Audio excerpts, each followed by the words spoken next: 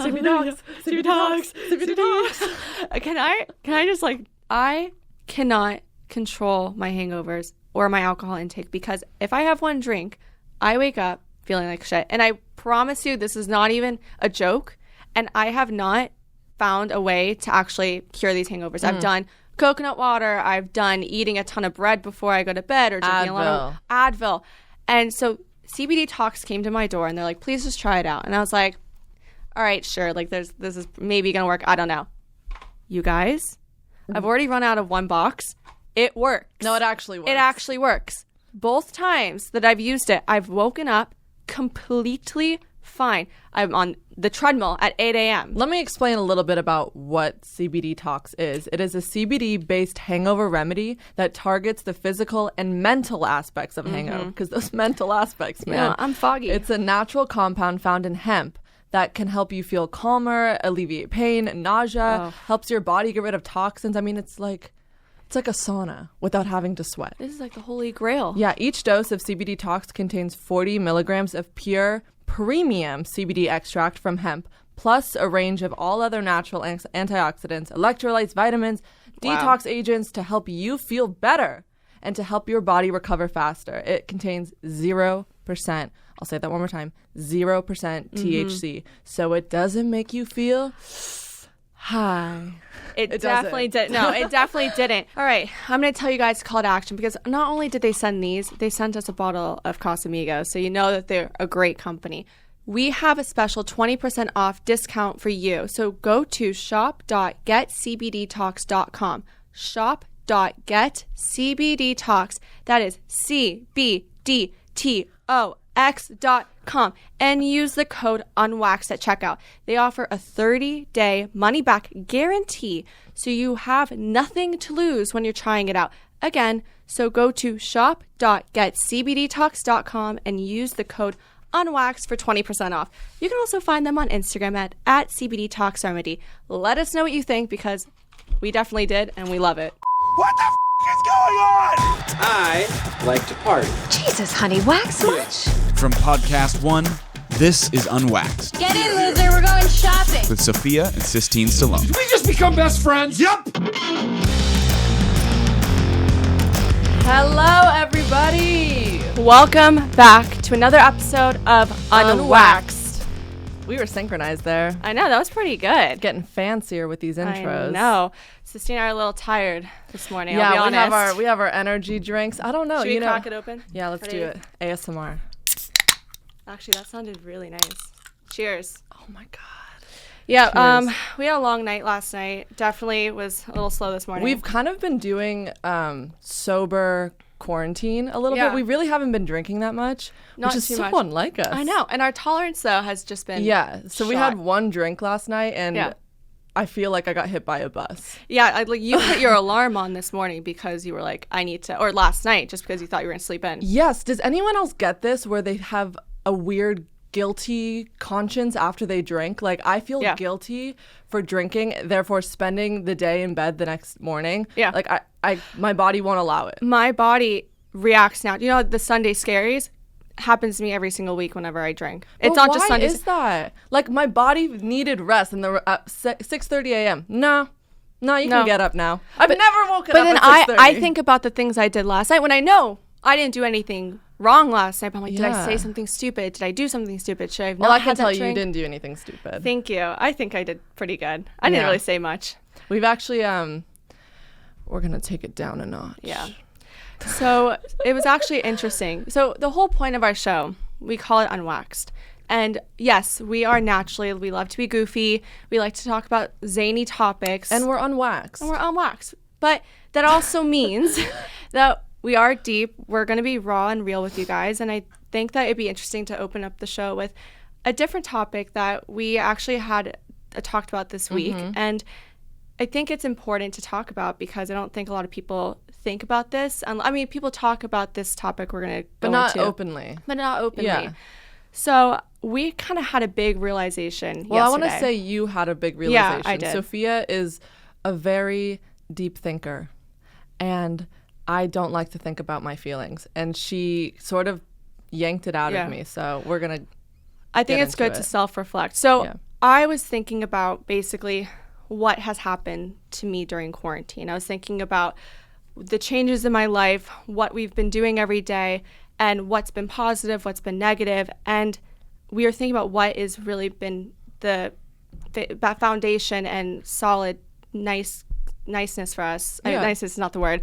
Comforting thing for us during the pandemic. The silver lining. And I mean, everyone's going through something hard right now. It's really chaotic. I mean, everything's been progressive, but some things are digressing. And we have a pandemic. We're dealing with California fires everywhere. I mean, there's riots. There's a hostile election.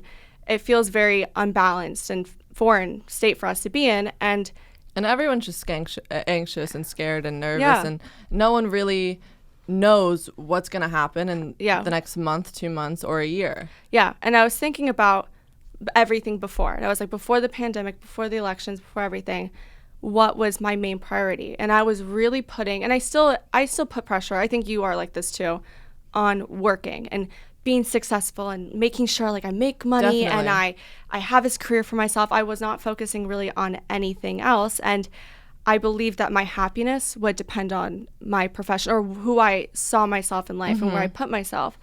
And you definitely put so much pressure on yourself. I mean, I think I do too, but internally, I think that we have this, and no one puts this pressure on us. Our parents don't really, but I think it's just the stress of, okay, they had their careers figured out pretty early on. We're in our early 20s. School is over.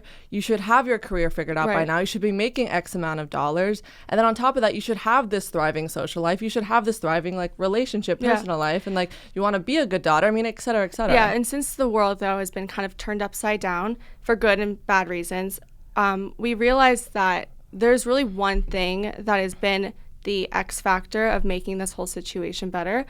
And I realized that it really is love, warmth, and a family. Yeah. And I believe that with everything that goes on in life, beauty fades. If you work on your physical, you always should be healthy, but beauty fades. Money can be taken away from you in a second. The world, you can see, can be switched like this without even a second thought.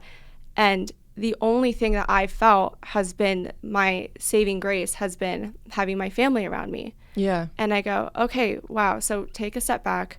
My priorities before were really about, especially, I was not even thinking about marriage at all. I was not even thinking about, I was like, I want to freeze my eggs, maybe get married at 35. Like, I really want to just work, make a lot of money. And I go, that's really not that fulfilling. Fulfilling and important, because at the end of the day, I'm going to come home. And all I want now when I come home to my walls is I want to have a kind husband and good kids, and I want you around and my family around. And I like to define family as whatever you defined it as. It doesn't have to be a husband or your partner. It can be a group of friends or one best friend. It can be your sisters. It can be that whoever it is. There really is such a loose definition of family, but I think nurturing those, whatever state you're in, because you could go from being at the top of your game to completely falling and crashing, and the only people that are going to be around you is that family and love and warmth. And I decided, I was like, you know what, I'm going to keep working hard. I'm going to keep working. That's something that is very passionate for both of us. But I'm not going to put so much pressure on that.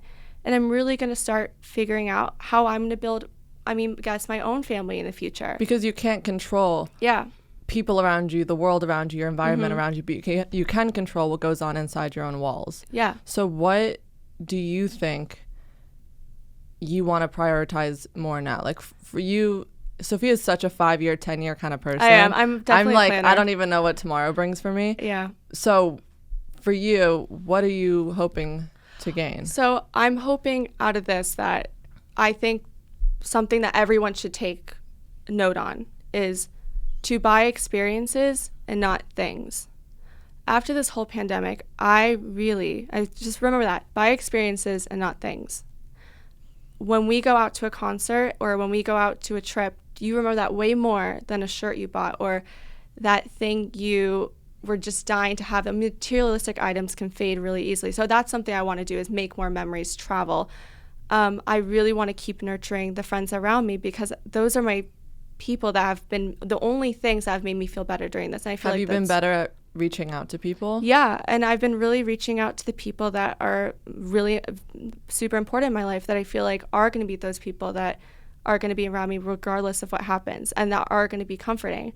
But also another part of this whole thing, that the reason why this all came up, was I took a class at USC, and this man came in, and he is very philosophical, and he talked about how he spent time working in hospice, and he would be with these people that were basically on their last legs and repeat to us the 5 things that they said on almost their last words.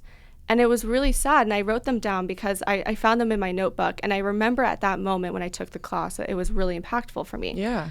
So there's 5 things that these people said. 1, I wish I traveled more. 2, I wish I hadn't worked so hard. And then I think that's something that's big for us, is that we always are trying to work, and we love to work, but I mean, time flies so fast when you're not really thinking about the moments day to day, when you're just thinking 10 years ahead, and that's my problem. 3, I wish I lived a life true for myself and not what others expected. Right? And I feel like we can all get caught up in what people think about us and what we're supposed to be doing. I mean, to please them. To please them. And okay, we're supposed to get the 9 to 5, and then we're supposed to get that finance job, and then we're supposed to go do this. And at the end of the day, you come home, you're like, my passion is music. And then you just wasted your entire life not really pursuing the thing that makes you happy. 4, I wish I let myself be happier and not be so angry. Yeah. It's really easy to get frustrated. It's actually, I feel like it's almost sometimes harder to be happy with things versus be angry at things. Right? I mean, I get really frustrated with things easily sometimes. I think especially now, it's like... Yeah, like the little things. I feel like my mood swings have been sort of all over the place. Yeah. One day I feel like I'm being suffocated and I'm drowning with my own like emotions, and the next I'm trying to wake up happy. So especially in quarantine, it's like mental health, you really need to check in on yourself and write down your thoughts and reach out to your friends. And do the things that make you happy. Be around the people that make you happy. Absolutely. That's the only thing important. Why live a life when that is so short for us, and spend it with people that are negative, toxic, or you surround yourself in a toxic environment. And so the 5th one was, I wish I fell in love and was loved. All right, hold up on the 5th one. Mm-hmm. Sink that in. I wish I fell in love 5th one, and be loved. I think the 5th one is especially prevalent to us right now, maybe you a little bit more, because we have been, dating and this and that. And I remember Sophia brought up to me the other night, and she's like, okay, like, I've been going out with people. I sort of feel like I know what I want. And what do you want?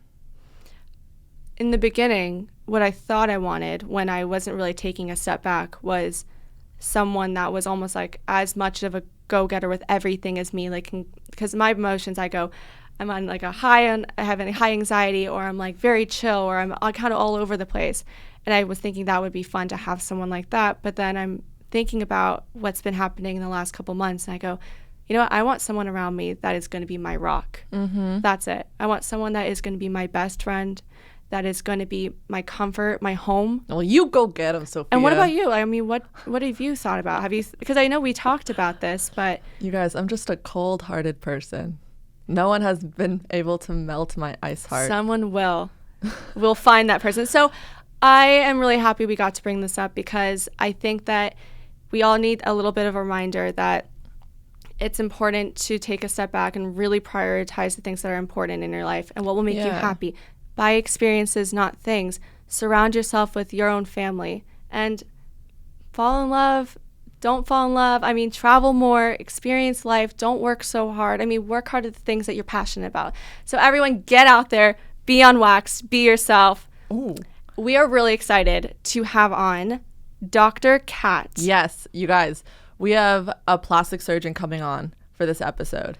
And I feel like living in LA, it's basically everywhere. Oh, and everywhere. I'm so excited to sort of dive in, ask her questions. She's a specialist in body contouring. Mm-hmm. Well, vaginal rejuvenation and tummy tuck is what her specialties are, apparently. Ouch. Woof. I'm excited. We have a lot of questions, so stay tuned. Everyone listening? Check, Testing, check. Testing. Mic check. I heard there's this new cool little trendy thing for all those little aspiring chefs out there. Yeah, it's called Green Chef. Y'all heard of it? Well, now you will. Green Chef is a USDA certified organic company, and the meal plans, listen, include paleo, plant-powered, keto, and balanced living. You guys, it makes eating affordable, easy, and your meal plans fit into everyday lifestyle. And if you're worried that you don't know how to cook and you're just like, I don't have the tools, I don't have the photos, I don't have the ingredients, now you do. They give easy step-by-step instructions, chef tips, photos to go along with every step of the way, and it comes hand-picked and delivered right to your door. Sophie and I are so freaking excited to get our Green Chef delivered to our door. And because times are still a little bit crazy, they're offering contactless delivery to our doorstep for easy home cooking. Use code UNWAXED to get 80% off your first month plus free shipping on your first box. Go to greenchef.com/unwaxed80 to redeem and for more details. Sistine, Yes.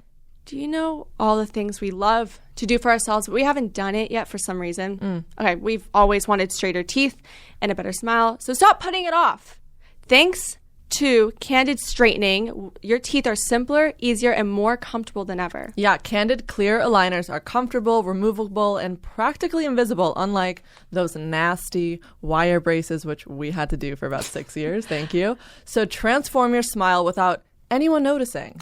Plus, your treatment is prescribed and monitored remotely by a licensed orthodontist who's an experienced expert in tooth movement. I've never even heard of that, so they must be bomb at that. And it's all done from a comfort and convenience of your home. Yeah, they only work with orthodontists. You know, we got the OG tooth experts on this case. Never general dentists like other companies. Plus, your supervising orthodontist will be with you every step of the way. With Candid, your treatment includes remote monitoring by the same orthodontist who created your plan. So you never have to wonder how you're doing. You'll always know. And I personally love that. The average Candid treatment is just 6 months. You'll start seeing results way before then, and it costs thousands less than braces. So listen up, people. Start straightening your teeth today. Right now, all of my listeners can save $75 on Candid Starter Kit. Go to candidco.com/unwaxed and use code UNWAXED. That's candidco.com/unwaxed, code UNWAXED. Take advantage of this limited time offer to save $75, baby, on your starter kit. candidco.com/unwaxed, code UNWAXED. I'm a pretty boy, I'm stunning.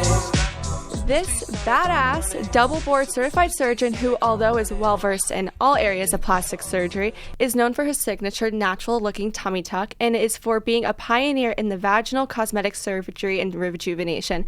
This lady destroys all stereotypes and paves the way for all women to truly be themselves. This is Dr. Catherine Begovic. How do you pronounce your last name? Begovic. Begovic. Dr. Cat. You got it.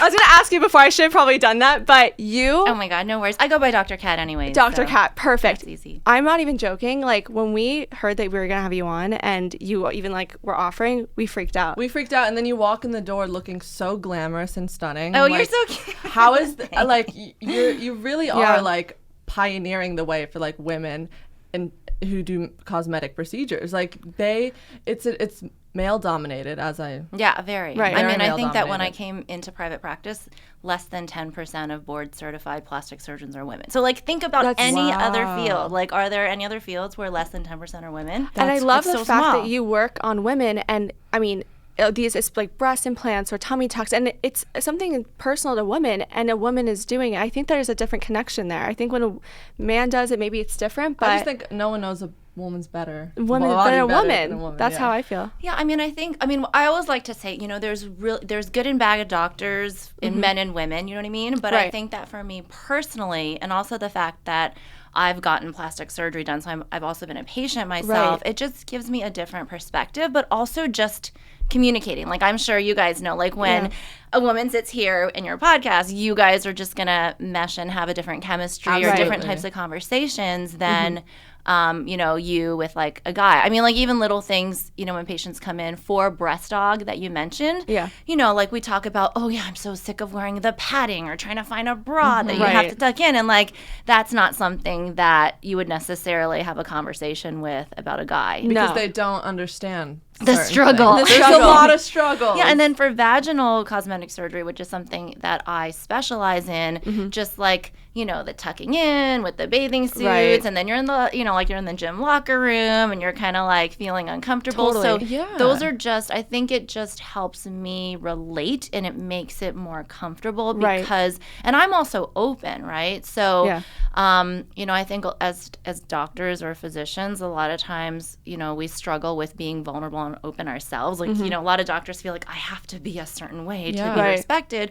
But I think when you can let that guard down and just communicate with someone person to person, that's where the understanding, the connection happens. And I think that is what allows me to be a really amazing doctor, just being open and having that communication. I already feel this connection I know. right now. I actually just want to hype you up because I want everyone to know that you're a mother, a surgeon, you're a social media star. You have 1.2 million Instagram followers. You were in a beauty pageant. Did you won it, right? I did a lot when I was young. And you did fitness. You're a cover model for a fitness brand line. How the heck are you How do you do balancing this? it all? You know, it's interesting. Well, I've gone through different phases in my life. So I didn't do all of them at the same time. But I think that, I mean, I did model like throughout my teenage, you know, college. Actually, I modeled all the way through. And a lot of time, like most of the time, it was to pay for school. I love that. I mean, I'll be honest with you. I mean, I went to Harvard for college and it was like super expensive. And I just had, you know, like it is. When you're a student, you're just trying to find a way. So I would like, you know, teach, you know, like I was a teaching fellow for biology and physics. But then in the, you know, like on my off time, I would model on the side, you know. So that to me was interesting because it was like, it seemed like such a clash, you know, back then. Like, oh, how can, you know, you're supposed to look and be a certain way, especially at Harvard. Like, no joke, it was like Legally Blonde, like the whole Elwood thing. What was like, the for stereotype for you then? Was it like, oh, if you're studying to be a doctor, you can't look pretty and model? Like, what? Yeah, what or was just what would happen. Like, actually, when I was at Harvard, like the first time when I started there, I can't even tell you, I got like hate emails from people like, "We're here to learn. It's not a fashion show." Oh gosh, come on! Just like that. It was literally like the movie, and I'm like, what? But why should it matter what know what you look like? And vice versa, where, you know, I remember when I was going for med school interviews or residency interviews, they would, you know, like they would tell me, oh, you need to like wear glasses and dress down and, you know, maybe change your hair because they're not going to be able to take you seriously. And I'm like, why should what you look like on the outside, whether it's that you like to be glam or if you have tattoos or if you just have a different hair, like they should see you for your capability and who you are. So you look amazing. What do you do for your, I mean, skincare, you just said, to like look youthful. What other things can people do? I mean, well, I think that the number one thing, because I even compare my pictures now with 5 years ago and I feel like I look a lot younger, but I'll be honest with you, self-kindness and self-compassion I love that. are like, just being good to yourself, I think are it's like the core of being able to like look glowy and young and feel good. And I just can't emphasize that enough. And it's not something I would ever have known like my whole life. Yeah. But even little things like, I mean, I get like 8 to 9 hours of sleep. And this is just in the last like That's 2.5 years. I was gonna say. Because before I was just like, I used to be this like super type A driven, like I had a lot of personal wounds. Like I had a lot to prove. Yeah. And so I was really just like pushing myself constantly. And I mean, I barely slept. And I had all these projects and I was constantly working. I mean, I used to operate Monday, Wednesday, Friday, Saturday. Wow. And which meant I was working all the time, yeah. and I did like double cases, so I was there till 10 at night. I was like this crazy person working so much. And I think that, but I realize now, after having done a lot of personal growth, it was because I just kept hearing you can't in my ear. Yeah. And then at a certain point, I'm like, wait a second, I'm just like hurting myself. You know, I'm just like, I'm done. I'm at a point where I don't need to prove myself anymore. And I can now have my priorities based on my values and create my life around that. But also the fact that I can do Botox on myself consistently. That is awesome. And the so skincare, nice. I'm not even joking about the skincare. The skincare Huge. is like the foundation it's like the palette that you like create everything, like your whole glow on. Absolutely. So skincare is like a big thing, which is why I, formulated and founded my own skincare company, just because I feel like it's so important. I'm so passionate about it. That's amazing, because especially because you know what you're putting into these products. Exactly. And you know You're the so quality. smart. Exactly. Well, thank you. No, I'm very but it's big so into true. skincare, and it's like I'm always sort of. We buy so many products, like makeup, and half the skincare. stuff you don't even use because you don't like it. See, We don't like it. It's fake. It was just breaks us out, or no, a lot of it's just for show, and it's not. They don't really actually do what they're supposed to do. You're so smart and so on it when you say that, because I felt the exact same way, and people would always ask me what to use, and then like whenever I'd go to like one of those those makeup supply stores or like a beauty store, I would just turn over the label because I want to see like what are the ingredients, because I did a lot of scientific research on skincare when I was at UCLA. In my plastics training, we had like this whole research requirement, and so I had done a lot of research and published and spoke about like the actual ingredients. So then for me as a consumer, I'm like, I just want to know what's inside. Right. Totally. And I didn't feel comfortable recommending anything because I felt like I couldn't stand behind something 100%. Like people are asking me my opinion, and I'm just like,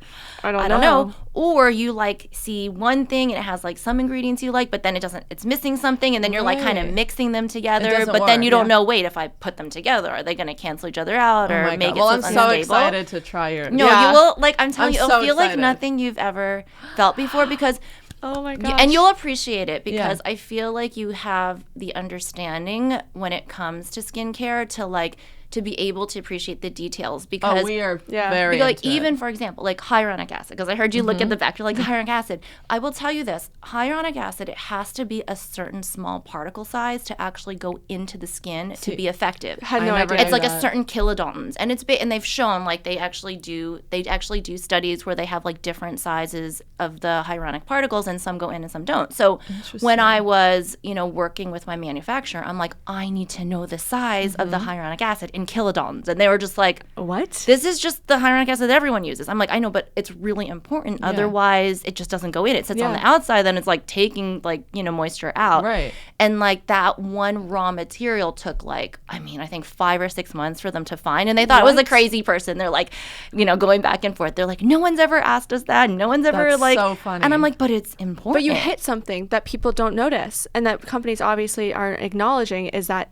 particle size is seriously the significance between, or the difference between having something that works and doesn't work. But I definitely want to jump into your brand new show coming out. Yay. Dr. 90210. It's coming out September 28th, right? Yes, on E. On E. You guys, I watched the first 2 episodes already. Ha ha ha. How did you see that? I haven't even seen that. And first of all, you look glowing on it. Oh, you look so thank you. good. Amazing. And everything that you're saying now, it's like you say with your patients, and I honestly loved watching the relationship that you have with them. It's very intimate and personal, and you could tell that they're there like feeling insecure about this, and you really just put their minds at ease, which is like, I find that not a lot of doctors do that, or surgeons. So that was really exciting. So what can we expect from the show? Well, this show is so near and dear to my heart. I have actually been working on this show for over 5 years. Wow. Like it went through, it's a long story, but it's a project that I'm so passionate about, and it was an idea that I brought to the network through various channels, because I just felt like there was a need to show plastic surgery in the way that was inspiring, brave, and transformative as it really is. The patients who seek plastic surgery are just so they're so amazing, and a lot of them have been through so many things in their life, and they're just looking for a physical transformation that they can almost use as like closure on their past, as their new beginning, where they can just take off and fly. And I think that the media has just portrayed it's portrayed plastic surgery so often as being like very superficial or surface or just super entertaining. Yes.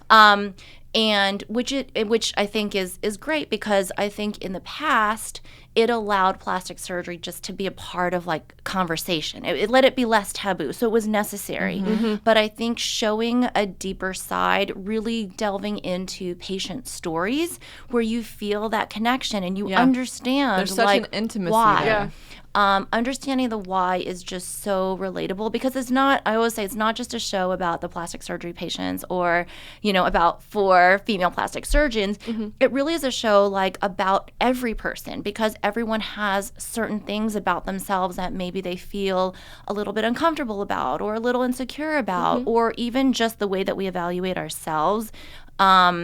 Is just so relatable, you know? So I just, the transformations are unbelievable. Like, I honestly think, like, my hardest cases ever were on the show. Really? I was going to ask, like, seriously, like, you guys didn't make it easy for me. Was I nervous? It's not nervous. It's just it was a little bit different because, I mean, I film all my surgeries for my social media regardless. So I am used to doing, and they're like step-by-step, like live surgeries. So I am used to, you know, being filmed while I'm operating. I think what was different is just like, I mean, there was definitely way more people in the room than normal. Must have been. And my OR is like literally this like sanctuary. I mean, when patients come in, like the lights go down. Oh, nice. I play these delta wave meditation You set a sounds. mood. So relaxing. Because the way that patients go under anesthesia and have surgery, it really greatly affects their overall recovery and how they do. So for me, it's like this very peaceful, controlled, you know, it feels like they're going to like a spa, you know, like those like that's things. lovely. And so then when I operate, I'm like seriously like control freak. That's like my one place where I'm just like, it has to be quiet. There's no noise. Has to be perfect. Everyone, like, no phones can be on. Like, I have like this whole gigantic list of like my love OR it. rules. Yeah. Oh, yeah, you and have to. so the first surgery I did on the show was like, I can't even tell you. Like, when you see it, it's like my most challenging case ever. Like, my patient had lost over 200 pounds. It was like the the most skin I had ever had to deal with ever. Actually, I'm so excited because speaking about surgeries, I found out you are like a pioneer when it comes to body contouring and vaginal rejuvenation, that you just do an incredible job. And I've looked at all these like reviews and I've looked at the women that we were on your YouTube channel. Yeah. And what it's called a labiaplasty surgery. Yeah. So I'll let you sort of explain it professionally what it is. But the title of your video was like designer vagina. And so how often do you find like these women coming in for like the Gucci's of vaginas? You know, this is probably one of the most common surgeries that I perform. Really? Like literally yesterday, I think I had like 4 labiaplasty consults. What is it? Can you explain it to people? Yeah, so just to review the anatomy of the vagina, there's the outer labia majora, which has like the hair on it, and then the inner labia minora. And so what labiaplasty does is it shapes or removes the excess labia minora. So a lot of women have like excess tissue that sort of sticks out past the outer lips. And because of that, it, you know, like you can, sometimes they can see it. So like a lot of my patients tell me like in clothing or yoga clothing or legging, they feel like they see a bulge. Or 2, just because people are so active, and like I have a lot of patients who do spin class. Yeah.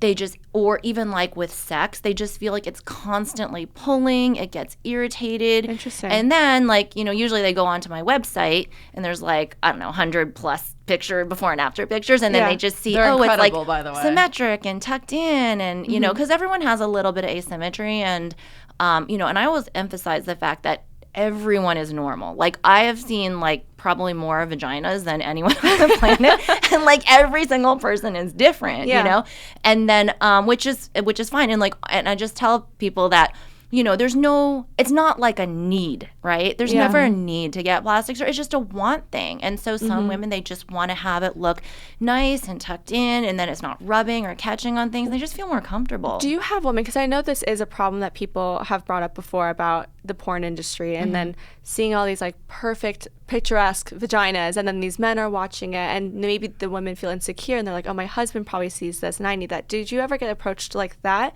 You know, I know that people think that that's what it would be, like the motivating factor, but I almost never hear that, ever. Interesting. I think that it's really, like, when women get this surgery, it's a very personal and almost a private thing where it's like in their everyday activities, like, you know, they'll be doing like a spin class or they'll wear something, or like mostly a lot of time in swimwear, and they just feel like they see it and they feel, you know, a little bit uncomfortable. They'll have to like tuck the lips in. What about post-pregnancy? Because I know women get like varicose veins and like that stuff happens. Yeah, post-pregnancy, I think sometimes I've seen a lot of tears, you know, because it rips through.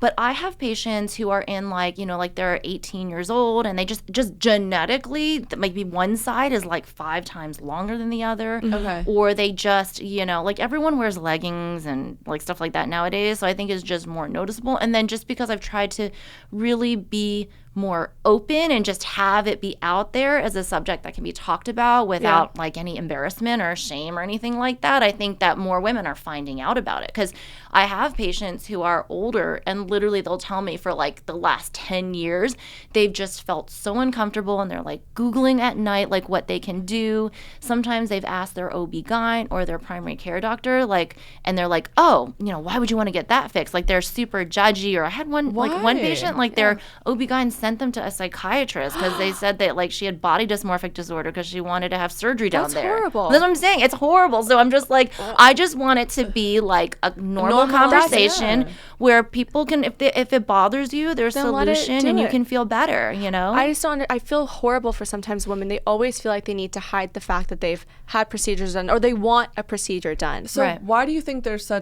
people carry such shame and like not, and hiding the fact that they have plastic surgery instead of just owning it? I mean, it's always a very personal reason, right? And so a lot of times things that make us feel shame have to do with our past experiences. I mean, that's how I think. So, you know, on a personal level, maybe somebody shamed them for that before. Or maybe, you know, they brought it up and someone, you know, judged them in a really harsh way and it created a wound that, you know, made them feel like it was wrong. Right. I mean, I think that the beauty of, you know, putting plastic surgery out there on social media or even having a TV show that really delves deeper into the motivation for why people get plastic surgery will really help, you know, it will help people just be more at peace and feel more, you know, and feel less judged from being able to do things for their body that they, you know, they deserve to do. I mean, in theory, like, I mean, you know, we all make our own personal choices for ourselves, whether it's hair color, lash extensions, you know, tattoos, piercings. I mean, they're just like so many. Everyone expresses themselves in a different way with like, you know, I always say, you know, God gives us a body, right? And so we have like, you know, to be able to use it for what we want and also to be able to express ourselves however we desire. That's why we have a physical form, right? And so I think that it's just it hopefully will allow people to be able to do whatever they want, just be to feel more in their own skin without having to feel shame because there's no reason. There's no reason. Before we jump into listener, because we asked our listeners what they would want to know according to like vaginal rejuvenation and bodies, I have a question about how much is usually a vaginal rejuvenation and how long is the recovery process? Because I'm curious, like, so they're two different things. No, they're two different things. Oh, so labiaplasty is the surgery that reshapes, and sometimes I combine it with like clitoral hood reduction, but that's a surgery for the labia minora that removes excess tissue and shapes it. So the pictures that you saw on my before and after, most of them are that. Vaginal rejuvenation is a totally different thing. So vaginal rejuvenation is a non-surgical procedure that uses radiofrequency technology to tighten the tissues and build collagen. So that is like, they're two different things. So one is surgical and one is not. A lot of times patients get both. And you guys are super young, so you wouldn't even think about this, but I'm just telling you, like, as you get older or post-pregnancy, there's just a lot of changes. It's like that happen to your skin in general. As we get older, we're constantly losing collagen and elasticity. And, you know, like, I mean, I'm always like, I'm looking at my part. I'm trying to show you an example. But like, you know, so the skin changes and like it becomes like almost like crepey and sometimes the skin gets loose. So, you know, the vaginal layer is just like anywhere else on your body. And so radio frequency is used to build collagen and elastin, and it literally just like tightens everything. And how long is that for? Like, how long is the recovery process? That one has no anesthesia and there's no downtime. It's like just done in the office. It takes like 45 minutes. With a laser? It's not laser because laser burns. Okay. The vaginal rejuvenation technology, it's radio frequency, so it doesn't burn the surface, but what it does is it builds collagen in the connective tissue area, and it also like increases blood flow and sensation. And so like for a lot of women also it helps with incontinence, just anecdotally. Does it also help orgasms as well? Yeah, so studies have shown that because it increases blood flow to the clitoris and the G-spot, which are right in that area, it has, the studies show that it increases the number and the frequency of orgasms. I would do that after pregnancy. I would do that right now. A lot of girls do. I mean, a lot of people do it right now, but most of my patients, like, they're looking at the outside, and then I'm like, hey, like as an added bonus, we treat everything. Wait, so the two surgeries though are the clitoral hood. That's a removable thing, and then the labiaplasty. But those are usually done together because you want it to all flow, right? Like you wouldn't want to have the bottom 2/3, like the labia, it's like the wings, be like all nice and symmetric and tucked in, and then if you happen to have like a lot of tissue at the top, you want it to just be balanced and have a really beautiful curve the whole way through. And what are the prices between the radio frequency and then the surgery? The radio frequency procedures, usually a complete treatment is considered a set of 3. Okay. And I do them myself. So, they're $3,000 a treatment. Okay. And then for the labiaplasty with clitoral hood reduction, it kind of varies based on the complexity. Just because some people have they'll have an extra piece of clitoral hood, or some people have an extra labia, some people have 4 labia, some people so everyone's a little different. And so it can range anywhere from $13,000 to up to 20 if it's super extensive or there's a lot of tears and it involves reconstruction. So it just depends. But the way that I do the labiaplasty surgery is just a special technique that I have developed over time that literally at 2 months, you cannot even tell it was done. Because I'll do vaginal rejuvenation and you cannot even see the scar line. It is pristine. I know who I'm going to after. But I just tell patients, if you just look at the before and after photos, you can see, because there's other doctors who do it, but they have a different technique, kind of like a traditional way that I had learned it. Okay. But I would look and see ooh, I think if you can tell that surgery was done, it's better not to do anything at all. Right. Okay. So the way that I have developed my technique, it does take longer, but I'm literally I operate with these 3.5 magnifying loops, and I literally go back and forth, and I take but that's great. millimeters just to get it as perfect as possible. I guarantee the women are dying for that almost non-noticeable treatment. They don't want to see the difference. I would never want to just completely see if I've had a baby and then also see the changes of it to make it prettier. I don't want to see all the scarring, but that you have to be precise to let these women feel so confident. This is just I usually end up putting over 200 plus sutures in. It's this. Wow. I can't even. It's really hard to describe. And honestly, if I would love to get a labiaplasty on myself. I just don't trust. And I've had these. I swear I've had these dreams where I'm able to operate on myself, and then I wake up. I'm oh, it's hard because I'm I can't. I can't. No, I can't reach. And I needle driver mirror. Nah, it's not gonna happen. Right. But it's one of my signature special surgeries that I do. And really it makes such a difference for women's lives. Not so they are thinking about it every day, but just so they don't have to think about it every day. That's the whole point is just you can just go about your life, do whatever, feel comfortable in any situation, or with your partner where you're not having to hide, tuck things in, you're not worried it's going to get twisted in your underwear. I'm telling you, really it makes such a huge difference for the people who choose to have it done. I love that. Yeah. So we asked our followers if they have any questions for you. We pulled out 2 of our favorite questions. Okay. Because I think we answered so many of them before, but these are the 2 that came up most frequently. One sort of on the topic of what we're saying right now is how painful is the recovery for vaginal? And she said not really, right? No. So for any of my surgeries, I have a really gentle technique, and my patients don't have any pain. Even for my tummy tuck surgeries. Even afterwards. Even tummy tuck surgeries, which is one of the biggest, most invasive surgeries, my patients, most of them just take Tylenol. They're walking that night. I almost You've got never magic have hands. anyone do need to take Norco or anything. I give it to them, but no one ever uses it. Even for like lipo BBL. So even for vaginal cosmetic surgery, my patients take Tylenol.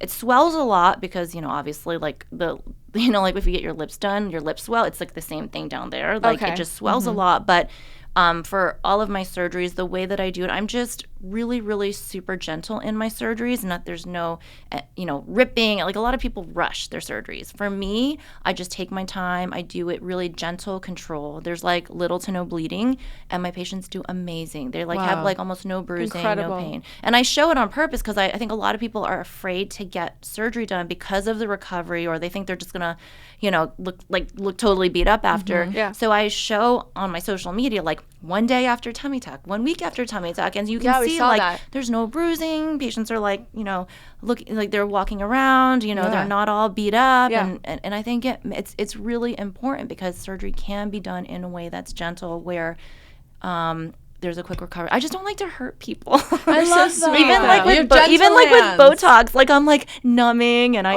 ice and I have this like little vibrating thing, and I just don't like to hurt people. Oh, you're so beautiful. That's for me. It's important to me. Then the second question is, what is one plastic surgery trend that you see up and coming? And going out of style. I have to see. So coming and going away. I mean, it's hard. I'll be honest with you right now with COVID.